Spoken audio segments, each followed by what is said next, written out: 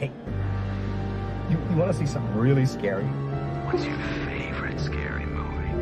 I'm gonna scare the hell out of you. What was living behind that boy's eyes was purely and simply evil. They're coming to get you, Barbara. When there's no more room in hell, the dead will walk here. What's blood for, if not for shedding? Welcome to Fright Night. Welcome back to Jump Scare. I'm Betty. And I'm Chad. Happy New Year! Yay, we're back in 2024. 2024. Well, we're starting off the new year with 1988's Bad Dreams.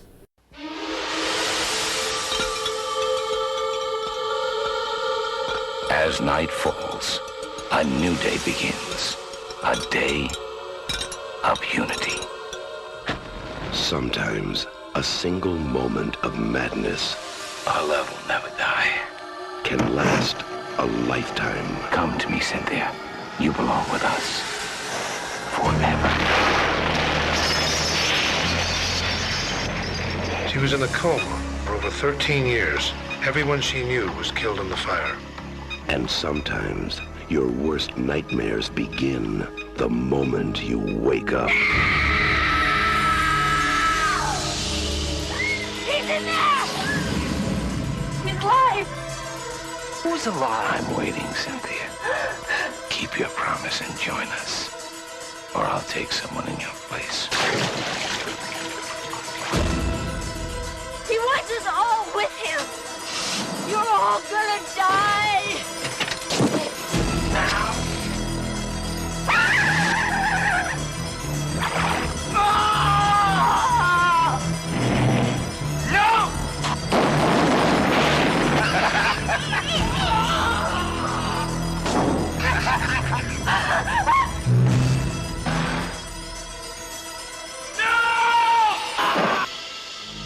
Can you survive bad dreams? Take a stab at it. March 25th. This film was directed by Andrew Fleming, who also directed The Craft and another favorite movie of mine, Threesome. Oh, yeah. And he also did Nancy Drew later on. But He's had an interesting We don't have to career. talk about that one. He's done a lot of TV shows, too. And it has recognizable actors in it. You have Bruce Abbott from Reanimator. Yep. Again, playing a doctor, but a much nicer one this time. Jennifer Rubin, who you may or may not know from Dream Warriors. Nightmare on Elm Street 3. And she's also in the, what was the one we covered about the killer ape in the hospital? The one they filmed down here in Orlando. Oh, yes. I don't remember the name of the movie, but she was Shakma. Yeah, she was also from Shakma. And crazy enough, back to back, she was in a mental institution, because in 1987 is when Dream Warriors came out. This one came out in 88. Yeah, she spent a lot of time in mental institutions in the 80s. Yeah, so she's like the queen of mental institutions. And personal favorite of mine, E.G. Daily. Yeah. Elizabeth Daily, who's the voice of Tommy Pickles and Buttercup. Tommy Pickles from Rugrats, in case you're like, who the hell is Tommy Pickles? And Buttercup from Powerpuff Girls. She also was in Pee-wee's Big Adventure, and my favorite movie, which you may or may not know if you've listened consistently to our podcast, Valley Girl. Ah. Yeah, a few other people you recognize in here too. The main bad guy in this is played by Richard Lynch, who you'll recognize as the evil guy in, well, everything. Most prominently, The Sword and the Sorcerer is one of my favorites of his, where he plays the evil King Cromwell in that. And he was been in TV and movies for right up until he died I think he died in 2012, and he was in stuff all the way up until he died. You've also got, as the doctor in charge of the mental institution here, you've got Harris Yulin, who has also been in everything and continues to work to this day. And you may remember him as Quentin Travers the head of the Watcher Council in Buffy, who he made several appearances in that show. He's been in Star Trek. He's been in every cop show imaginable. You've seen his face. You also have Dean Cameron from Summer School. He was Chainsaw. And, of course, horror fans all remember him because he's the guy they identify with in that movie. Him and Dave. Chainsaw and Dave. And this movie was written by... Andrew Fleming came up with the story, and there was a few other people credited for the story. But the screenplay is credited to Stephen E. D'Souza, who had a pretty good year in 1988. This came out along with a couple of other movies he wrote. One was Die Hard, and the other one was The Running Man. So he had a really good year in 1988. I'm sure he was happy with the residuals that year. He also wrote some other movies you've heard of, like Commando, 48 Hours. He also created the TV series The Powers of Matthew Starr, which I've talked about before. It lasted one season. It was basically that movie that came out a few years ago called I Am Number 4. Basically stole the plot of The Powers of Matthew Starr. Which is a YA novel. Yeah. BTW. He also created the Renegades TV show. I think there's only a pilot episode or a few episodes around of that. But it was the one where... Patrick Swayze is a teenage tough guy who has to use his gang connections to work with Kurtwood Smith, and they go undercover and go do all these things. But Patrick Swayze was probably about 30 at the time he was playing the tough teenager. I can't. It's one of those early 80s shows where it's like the people are clearly 30 to 35 years old, and they're like, oh, they're a teen. He's only 17. No, he's not. He hasn't been 17 in a while. So yeah, there are a lot of people attached to this show. So Bruce Abbott, yes, as we were doing our research, had no idea. So okay, in the film, there is a scene where they're in the mental institution gym, because not only do you have to keep your mind strong, you got to keep your body strong. Yeah. Right. And Chainsaw is wearing either it's a sweatshirt or it's a long sleeve shirt, and it just says Terminator on it. And I thought, that's interesting. Had no idea that Bruce Abbott was actually married to Linda Hamilton. And they divorced in 89. So he was with her when she did Terminator. Obviously, in part 2, when her and Cameron were like, whatever, that was in 91. So that wasn't until later on. I think they were already together at the point that so probably, they started that movie, yeah. Okay, so let's say between 89 and 91, because she gave birth to Dalton, Abbott's son. I'm like, okay, I don't know. Was he a Roadhouse fan? I'm thinking he might have been. So in 89. So, but I just found that really interesting. And they were married for a little while, but I had no idea. They were married from 82 to 89. I had no idea that they were married. Yeah, I didn't know that either. That's crazy. That is crazy. I don't know if the Terminator thing was like just a coincidence, but I find it to be a huge coincidence. The other thing I read about it, they said that Dean Cameron improvised a lot of his lines just to throw people off. So he may very well have just worn that Terminator sweatshirt in there just to mess with Bruce Abbott. He's a jokester, so he definitely could have done that. Could have totally done that. But yeah, I see Bruce Abbott and Linda Hamilton together, especially like 80s Linda Hamilton. Yeah. Like totally. They look great together. And then, they had a child or two. So this film, I'm not going to jump the gun. I've never seen the film before. This is my first time watch. And this is the second time I've seen it, but the first time I saw it was in 1988, so it has been a while since I've watched this movie. Shad has had on his list, his Amazon list, for this double feature of hospital horror, which is this one, Bad Dreams, and Visiting Hours. And we chose to do Bad Dreams. But that's been on the list for a pretty long time. Yeah. So we decided to cover it and start the year with a little craziness. Because what's scarier than the American healthcare system? So here you have Richard Lynch. And you know what? He's the leader of a cult. Of course he is. Of course, why not? A cult from the 70s, and they're a free love cult, and they're called Unity Field. And you know what's creepy? yeah, could totally be a name for a cult. I mean, it's perfect, right? And he was modeled after like what, Jim Jones, and probably a few others. There wouldn't be some more cult leaders for a while till I think, when was this? The Branch Davidians were after this, so yeah, they weren't thinking of him yet. No, I went straight to like Waco.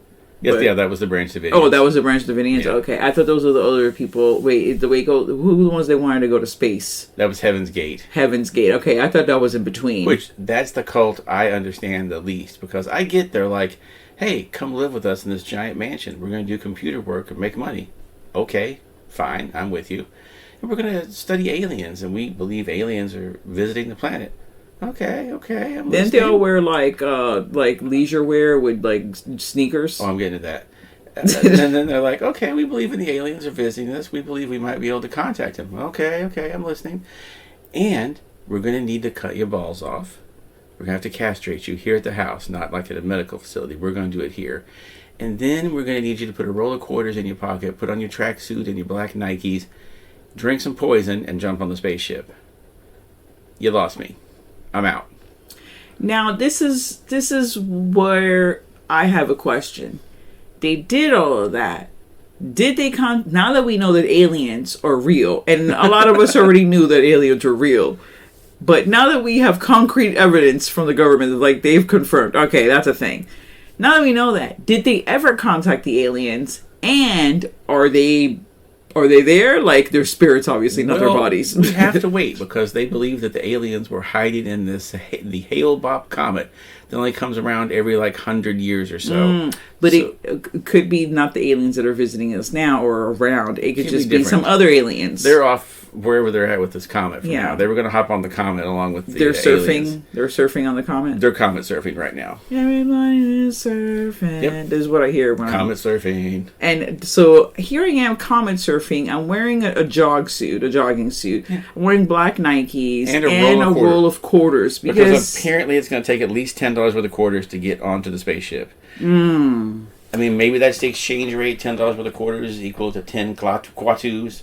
Maybe they melt down the quarters and they make a big giant key that needs to be made out of whatever quarters are made out of. Yeah, I think it's. I don't even know what they're made out of, to be honest. Quarters. Used to be made out of silver, but not anymore. But I can't imagine what the hell they're going to do with all that.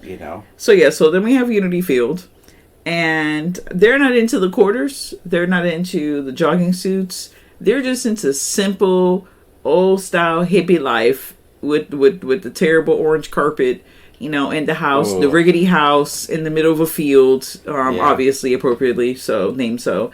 And, he's baptizing Richard Lynch. There's a scene, he's baptizing his followers.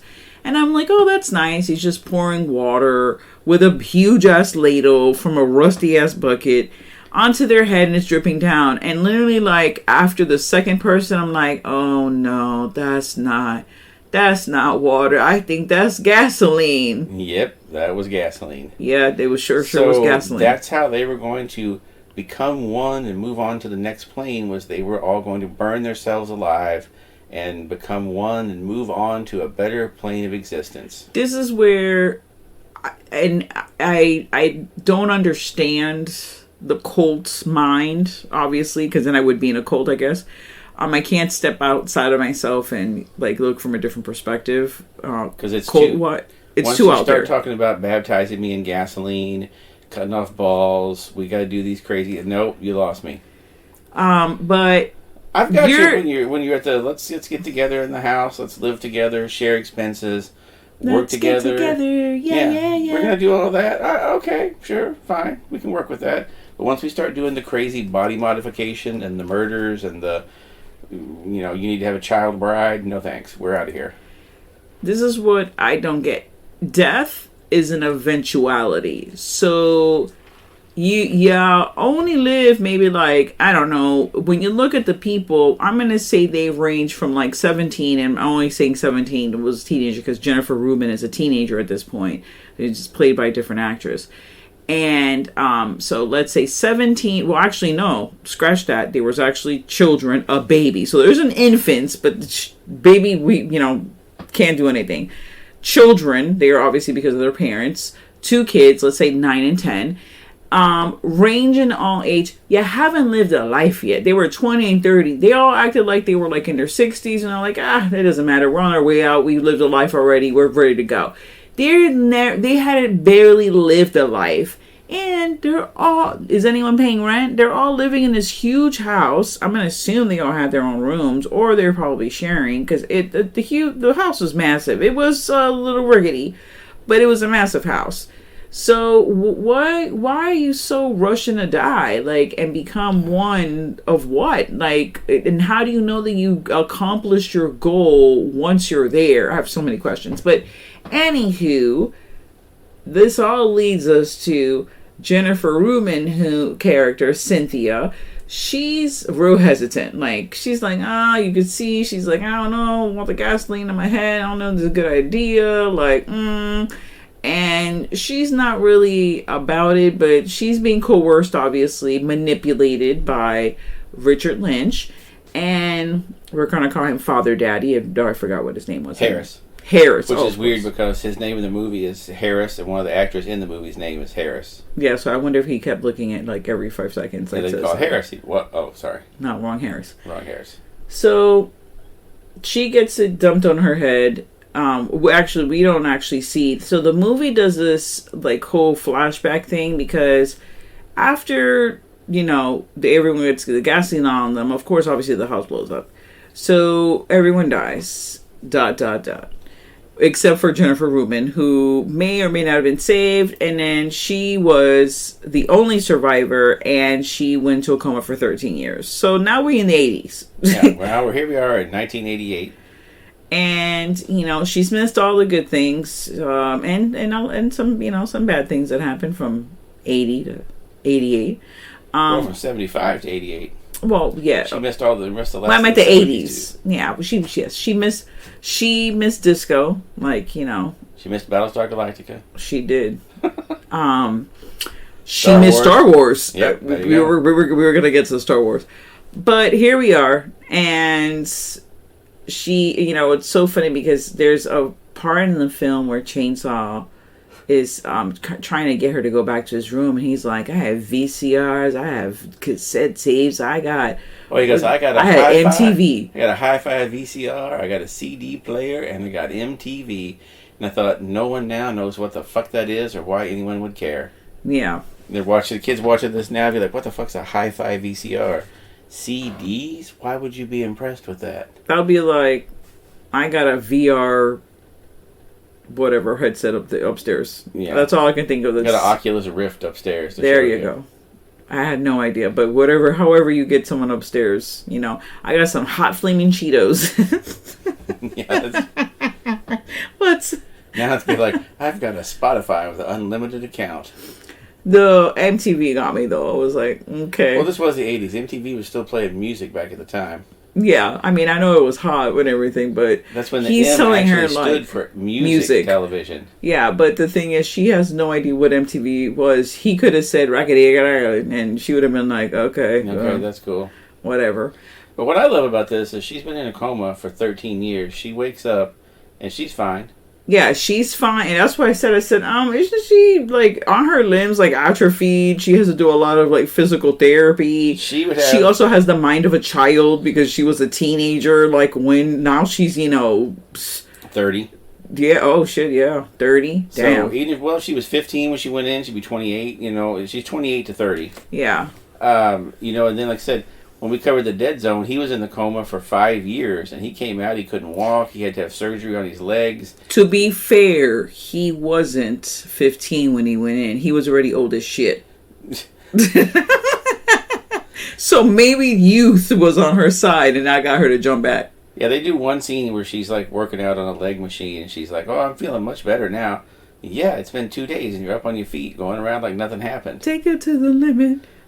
This is the episode where I sing a lot of different tunes from various things that you may or may not know what the hell I'm talking about. But yeah, she recovered very quickly from this coma. She was up and moving within a day.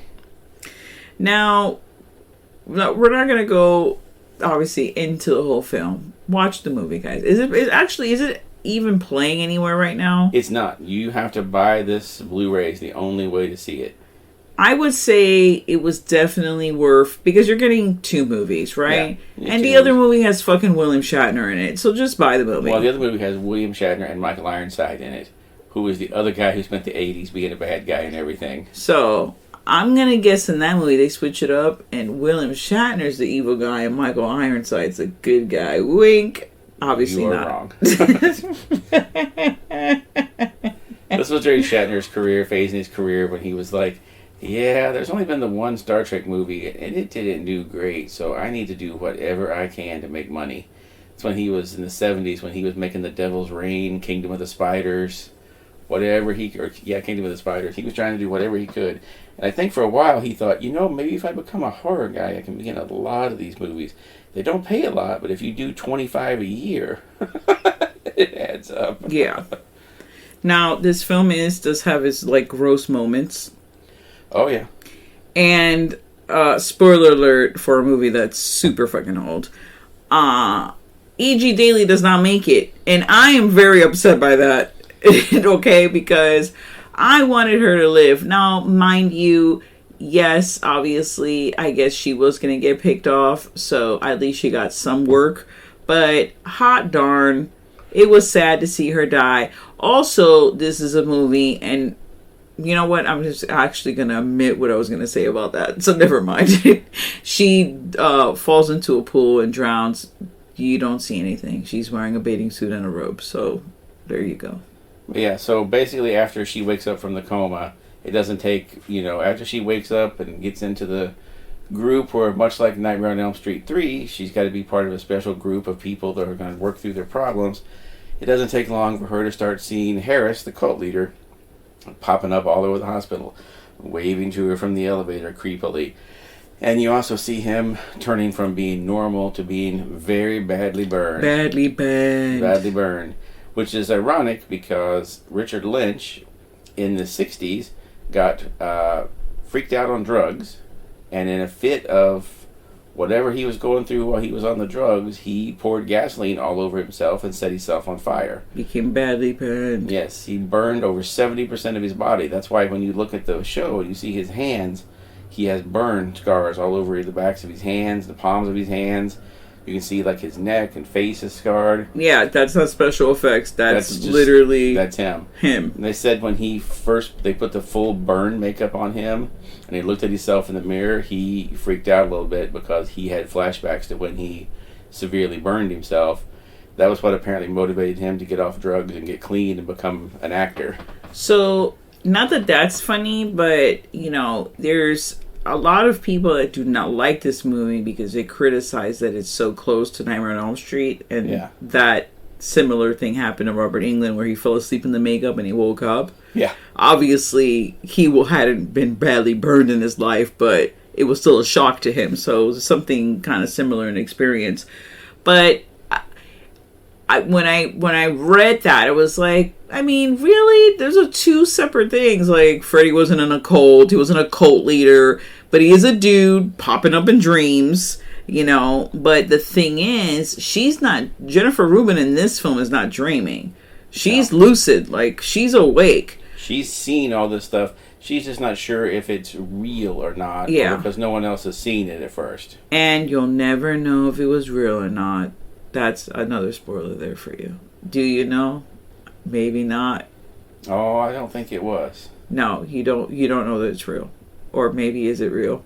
Now, obviously, we saw the original ending, which left it more ambiguous than the actual ending they decided to go with. But then the ending on the DVD, they have the original ending, is very, ambiguous as to whether or not the things were real, but then has a little stinger at the end where literally there's a skeleton hand reaching up out of the ground, and you're like, oh, they were trying to set this up for a sequel, weren't they? Just in case this made a lot of money. It was Carrie White. That bitch is a backup coming out the dirt. Coming out the ground again. Yeah, everybody's got to be coming out of the ground thanks to Carrie. Carrie, come on. If Bruce Abbott was my doctor, I don't know if I can continue seeing him because I'm like, yeah, I'm going to have to go to another doctor so then we could go on a date. Oh, don't worry. He's got you covered on this one. He didn't have to worry about that. He immediately started going after Jennifer Rubin. Yeah, I did not care for that whatsoever. Not because of the whole, like, patient-doctor thing. Because she's still 17 in her mind. No, not because of that either. Like, she's a grown-ass woman. That wasn't it. The thing about physically, it was... she's a grown-ass woman, but mentally, she's... Physically and legally, she could have voted for fucking 13 years of voting, okay? That's a lot of presidents. Unless she was 15 when she went in. I'm dead. When then he might be a little creepy because he's at least 35 in this show. Regardless, at the end of the film, he pops out a "I love you," and I'm like, you known this bitch for 2 days. What do you mean I love you? Like, that really confused me. But then I thought he was saying it just to help her out because she was in trouble at the time. Maybe, but I mean, it obviously a movie of its time, because what kind of man is popping out "I love you" and thinks the woman's gonna be like, oh, that's exactly anything I've always wanted in my whole life, and it's gonna fulfill me and whatever. Like, really? Come on. No. But not only that, but it's like, yeah, if I was a doctor and literally all I did, because this is like a one-shot thing. He's always at the fucking hospital. Like, he's always at the hospital. He doesn't have a life. Like, doctors are always on call. So, and this is a psych ward. Like, this is, the mental institution. Everybody crazy 24/7. There's no like, oh, I'm going to go home. There's showers there. There's food there. Like, do you really need to leave? So that was probably the most quality time he had with a woman who wasn't a psycho. Because this is the messed up about... Wasn't she, though? No. The messed up thing about the movie is that they put her in a psych ward and they put her all with the real psychos. Like, all those other people did have issues and they were there for, regardless of what happened during their stay, they did things in the outside world that got them to be there. And then the cop that is doing the investigation, you see the cop at the beginning, and this is the worst fucking cop, y'all, that have ever, like, copped his whole life. Like, worst policeman, worst police work ever. Like, I don't know how he thought that this child, okay, coerced all these people and she was the cult leader. It was like, obviously we have a video like that, like, it's obviously is this dude was the cult leader. Like, hello. And where the people like got her from the building, she was separate from everybody because she got thrown off from the blast. So like, it's not like she was like hiding in a room. That's why they're suspicious. They're like, the only person to survive this? That's odd. Maybe she's the one that did it. Yeah, but isn't forensics a thing now? Has it now? But it wasn't. No. I don't mean now. I mean now, like in '88, was it a thing? Not as much as it is now. Okay, but no one's taken a picture. Like, no one took a picture of where all the bodies were. Like, obviously they did, because didn't they have a picture of the victims or whatever? I don't remember if they had a picture of it, but this was the '80s. They probably or it was the '70s when this happened. So that's true. They probably just drew a chalk outline around everybody and called it a day. You're right. It was the '70s, so and they were as a fire, so it was probably just like a pile of ashes they were drawing chalk outlines around. Yeah, but I'm saying with the EMTs, like, they would be like, "Oh shit, this girl was under a pile of rubble." Like, I don't know. The whole thing was just upsetting to me because the police work was just it was lazy. It was accusational. Like, he was not even trying to find any fucking facts. He's like, this bitch did it. He wanted to close the case and move on with his life and go get a fucking donut. He wanted to arrest somebody and be like, yep, she did it. She's responsible for it. She needs to go to jail. Yeah, that really grinded my gears. I did not appreciate that. I made comments on his terrible police work several times throughout the film. You're not a fan of his. I was not a fan.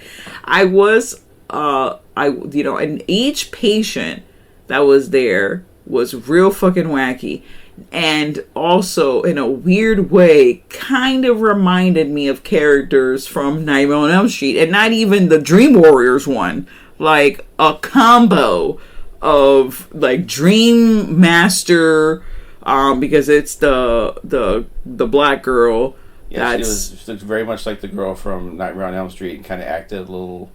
Like when she had the oversized glasses, you know, and so her, because the other one was like a scientist, she was very spiritual. Like, she knew, this is actually, to be honest, she was actually my favorite character, but she has a flaw.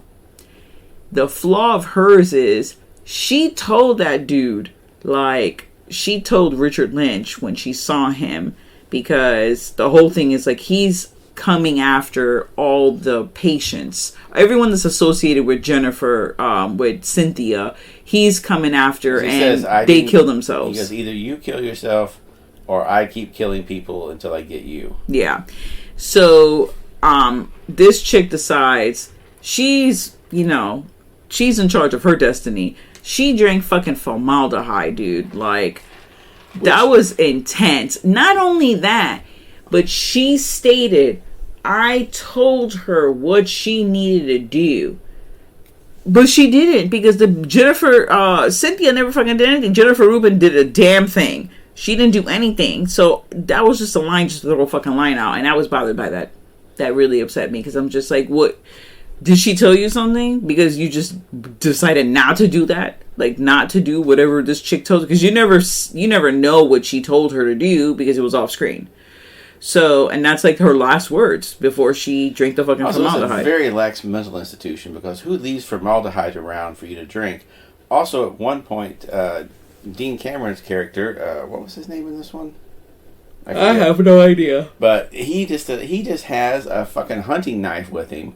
Like a fucking fold-out, like 6-inch blade knife that I feel like, I don't think they would let you bring that into the mental institution. His name was Ralph. Ralph Pesco. But yeah, I don't think they let you bring knives into the mental institution. I don't think they should have left the formaldehyde just laying around. Other people died because they were, able to move from floor to floor, and they got caught up in turbines, and very lax security at this place. They did not... The facility in Nightmare on Elm Street 3 was much tougher to get around in. Oh, hell yeah, it was. Also, this is the, Roger Rabbit makes a fucking appearance. Oh, yeah, that's right. Charles Fleischer shows up as the pharmacist.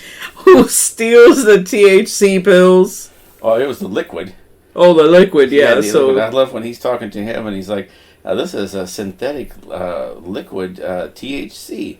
And he goes, there's enough in here to get all of Boston high. And Bruce Abbott leaves, and you see Charles Fleischer just look around. He picks that vial up, puts it in his pocket, and just walks casually away. Yeah, and you never see... You know what? He ingested that shit, and that's how he became fucking Roger Rabbit. Yeah, he went off to fucking Toontown. Oh, damn, that was the same year as Roger Rabbit, too. Yeah, so 88. Literally, there you go, he connection. Went to Toontown right after this, became Roger Rabbit.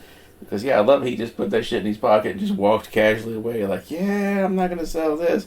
Because the pharmacist working in the basement of the mental institution is probably a little sus anyhow. But that's the other thing that really bothered me. He, like, Bruce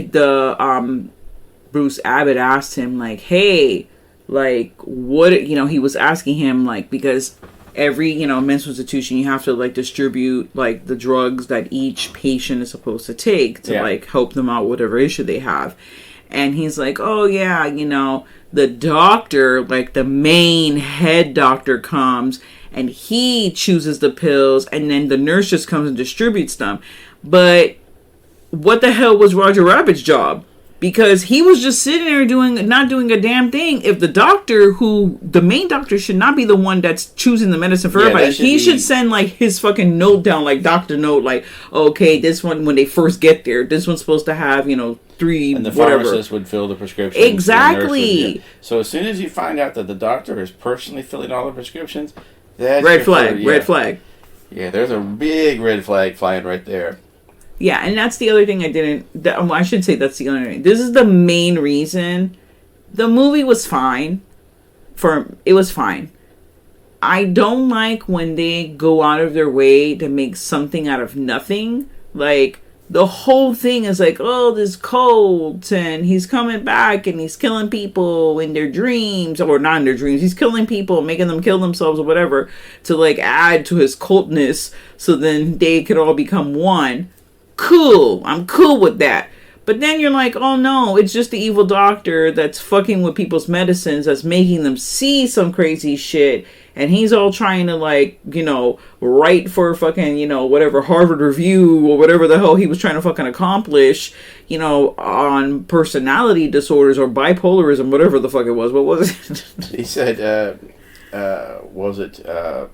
borderline personality disorder. Yeah, borderline personality disorder. Couldn't get that one out, sorry. And that's why he's fucking with everyone's medicine, including Jennifer Rubin. So he was just trying to make this bitch crazy. She was fine. Fine for the most part. But to have massive, like, hallucinations like that, where they're shared hallucinations, super rare. Like, that's not even a thing. Like, so I don't, like, medically, unbelievable. And then, you're telling me that everything I've seen for the last fucking 2 hours of this movie is not real. And it's all a fucking lie. This guy has not really come back. You know, he doesn't have any fucking superpowers or whatever. He hasn't come back in another altered state, which he's trying, no pun intended. Well, he's trying to, like, fuck around with fucking people. It's all a fucking, like, why did I just sit here for 2 hours watching this movie? I don't know. That's the part of the movie I didn't like. I didn't like when they put...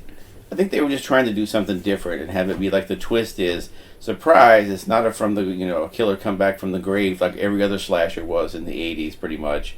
Fine. I mean, they were just trying to do a little something different with it. Was it 100% successful? No, because like you said, it's a little unbelievable if they would all have the exact same hallucinations of the guy. Yeah, because it's going to take like a more than a week to drop subconscious. Like, I would understand, like, if they were all individually going through either group or individual hypnosis where he's dropping like certain hints and certain images into their mind, and then, you know, that kind of thing, but that wasn't happening. And then all the while, Bruce Abbott's character, who's their doctor, who's, you know, doing all the therapy with them and all that, he doesn't even know anything that's happening until the fucking end of the movie, because he decides he's going to take the red pill. Yeah, he decides that he's got a leftover tranquilizer that he's just going to take to help him feel better and relax. Mind you, while he gets into the car, he's going to drive. Yeah, he's going to drive while he's taking the tranquilizer. But it was the 80s. So it's like, I went to Harvard and Yale, whatever fucking Columbia, whatever fucking fancy school he went to. But fuck that. I'm dumb. I'm just going to take this random fucking pill. I don't even know what this fucking pill is supposed to do. It's supposed to be for Ralph. Tranquilizer, like you said. And then sedative, make him feel a little better. Fine, but while I'm driving, like... Look, you've seen that video that they've been putting around on all the social media sites from the 80s where they were asking people what they thought about the laws against drunk driving. It was in like 1984, and they were like, what is this, communist Russia? You can't even drink a beer while you're driving? I'm dead. Yeah, but... Next thing you know, they'll be mandating that we wear seatbelts. Stop. That's exactly what they sound like, too. No, that's definitely for sure what they sound like. But... I'm not saying that part was unbelievable. It was just like, this is supposed to be an educated man, and he's making some stupid ass decisions right now.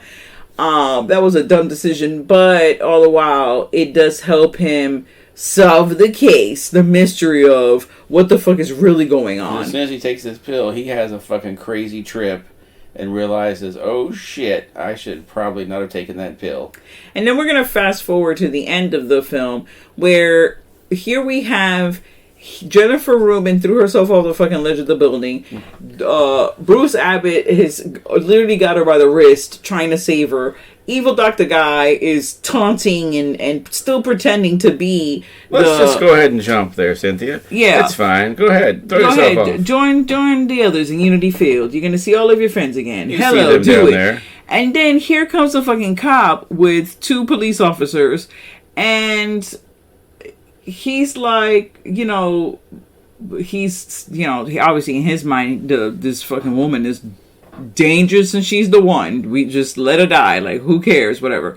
But then they bring him back on the roof, and the doctor had pulled a fucking gun from one of the officers that was, helping to assist to pull her back up over, the ledge.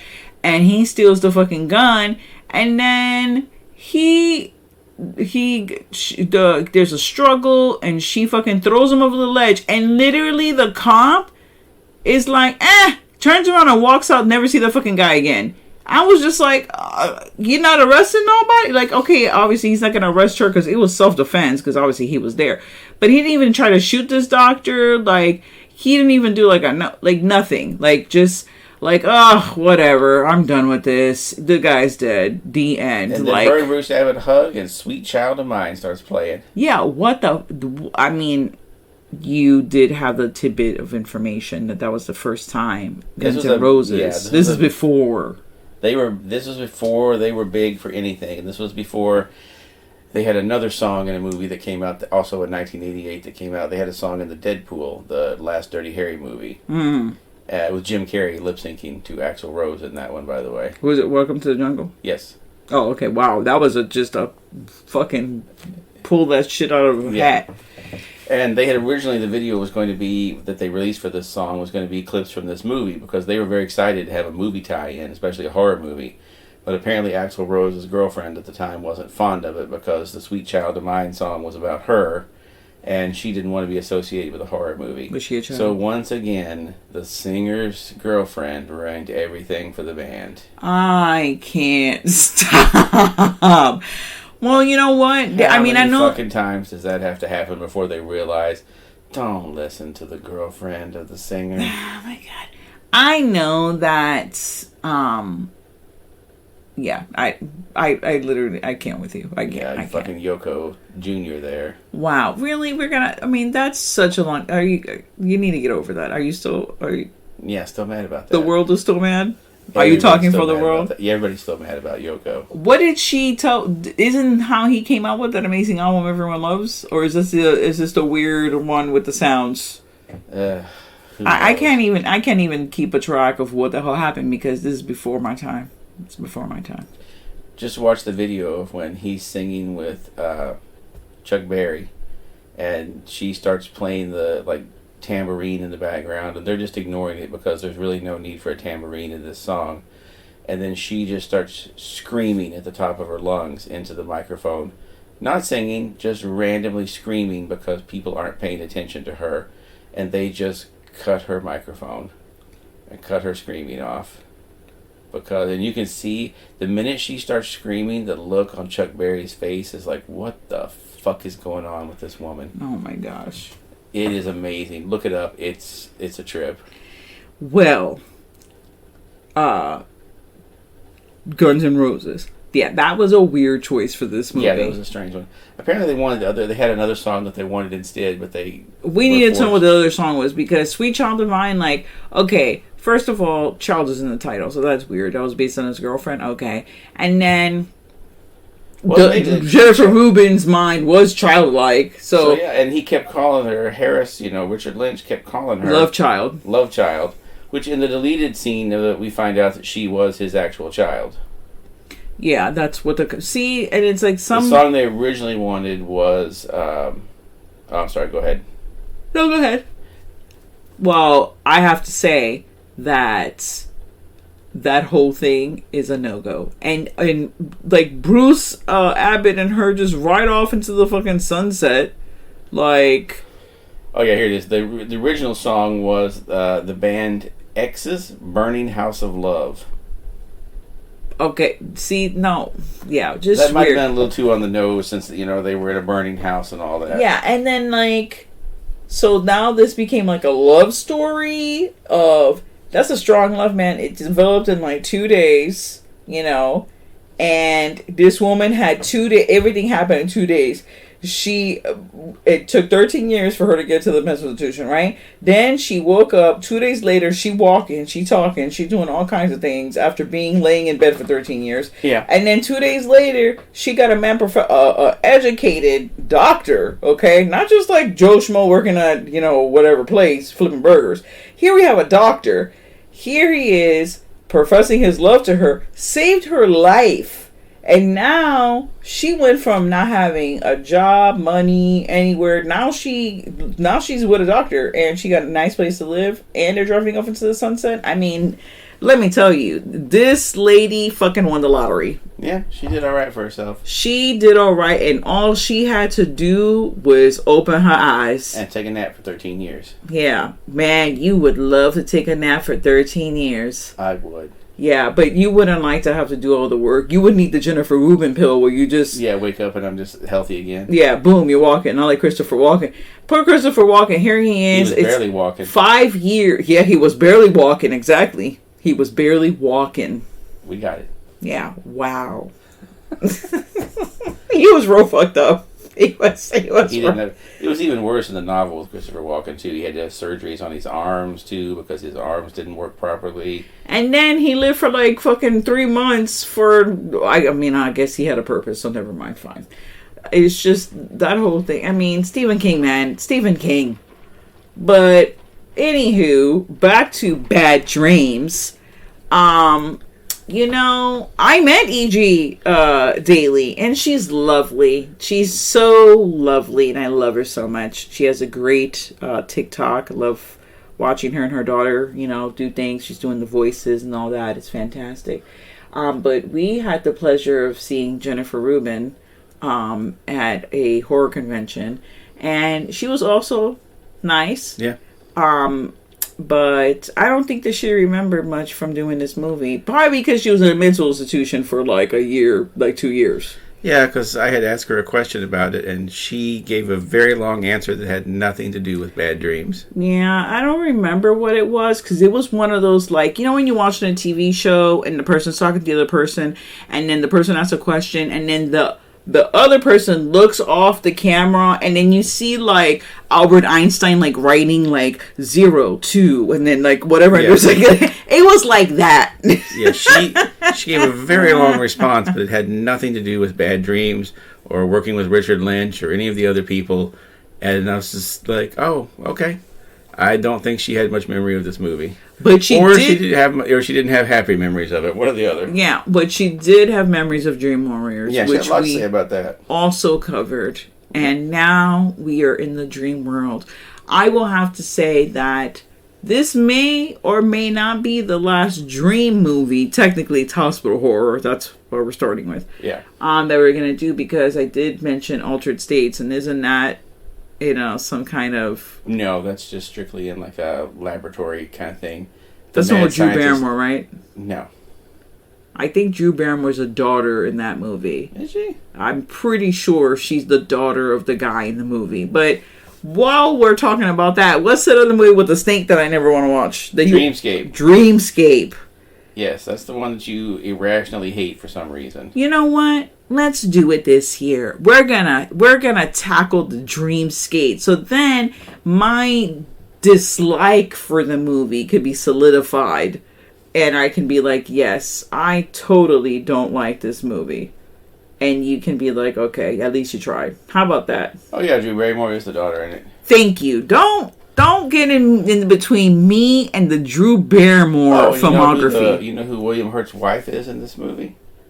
Is Blair Brown, who is playing Nina Sharp that we're on Fringe that we're currently watching. Oh, excellent. Yeah. Oh, yeah, that's true. That's true. Oh, yeah, we're on the Fringe. I'm a little late. But better late than never, guys. We're on the Fringe, season 1, and we're all about it. Yep. You had seen it before. Yeah, I saw it back when it came out, but I haven't seen it since. So it's been a long time, so it's kind of new to me. Well, this wraps up our first episode for 2024. Oh, so I'm giving this one 3 knives. I'm gonna give it 2 syringes. I'm gonna give it 2 knives. Okay. I was gonna come up with another thing, like I was gonna do like pills, then like whatever. There is some gory shit that happens in this movie. Like there's one scene. Yeah, that I'm just like, ugh. I had to close my eyes because I'm not into the gore. I had to close my eyes a couple of times in this film because it got real There's gory. one particular scene in this where someone gets stabbed in the hand repeatedly with a syringe, And that is one of those things that there's some You horror. feel it? Yeah, there's some horror like you're never going to know what it's like to get hit with a chainsaw. Okay? You see it, that's horrible, but you don't really know what that feels like. But everyone's had a shot before, and everyone's had a shot or an IV put in badly. And you know how bad that hurts. So you can imagine getting stabbed in the hand with that very long syringe multiple times, how bad that must hurt. You can feel that one, you know. You know what's funny? That's what you were referencing, and I was not referencing that scene at all. I was referencing the I don't even air conditioning. Oh, the air fucking conditioner, scene. yeah. That was a lot. Yeah. That was a lot to handle. But the imagery though was pretty cool. Yeah, they did some good effects in this. Yeah, the effects are pretty good. I thought it was like Crazy Eddie, whatever his name is. Screaming Mad George. Screaming Mad George. It's not. I don't remember who did the effects for this. No, it wasn't Screaming Mad George, but I was like, okay, this is pretty good. But yeah, thank you so much for joining us on our first episode of 2024. Come back and listen to some more of Jump Scare, the horror podcast. Stay tuned to the horror. And now, folks, it's time to say goodnight. We sincerely appreciate your patronage and hope we've succeeded in bringing you an enjoyable evening of entertainment. Please drive home carefully and come back again soon. Good night.